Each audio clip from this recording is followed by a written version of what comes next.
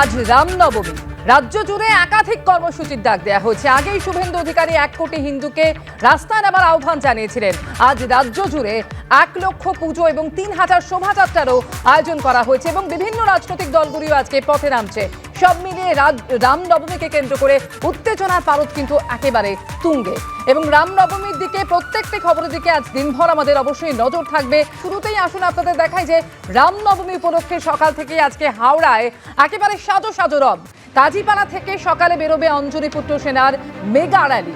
সকাল 8:30 নাগাদ র্যালি শুরু হওয়ার কথা রয়েছে এবং এই র্যালিতে থাকতে পারেন বিজেপির রাজ্য সভাপতি সুকান্ত মজুমদার।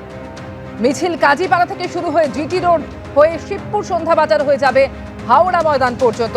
এই মুহূর্তে সরাসরি হাওড়া থেকে আমাদের সঙ্গে রয়েছেন প্রতিনিধি ময়ূখ ঠাকুর চক্রবর্তী। ময়ূখ, সকাল 8:30 নাগাদ এই মেগা র্যালি শুরু হওয়ার কথা রয়েছে, তার আগে একেবারে প্রস্তুতির ছবিটা তুলে ধরো আমাদের সামনে। দেখো, এই মুহূর্তে আমরা রয়েছি শিবপুরের কাজীপাড়ায়। যে ছবি আমরা এই মুহূর্তে দেখাবো, যে দেখো পুলিশ প্রচুর বাহিনী সকাল 6টা থেকে এই ছবি হাওড়ায় ধরা পড়ছে।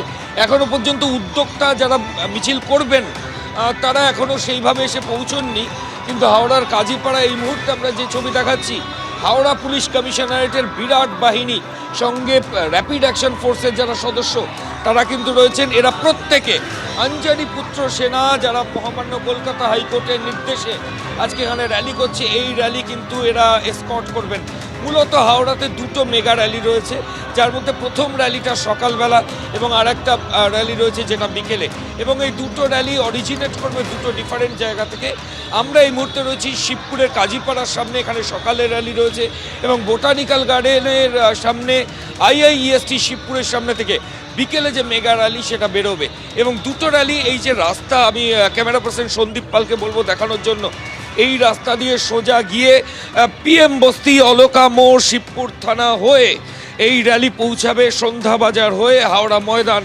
এবং অত্যন্ত স্পর্শকাতর এই জায়গা, ডান দিকে শিবপুর পুলিশ লাইন রয়েছে এবং ঠিক সেই কারণেই এই র্যালি এসকর্ট করার জন্য হাওড়া পুলিশ কমিশনারেট থেকে আগেই যেটা বলা হয়েছিল যে এখানে প্রচুর পুলিশ বাহিনী এখানে ডেপ্লয়েড থাকবে যাতে শান্তিপূর্ণভাবে গোটা বিষয়টা হয়।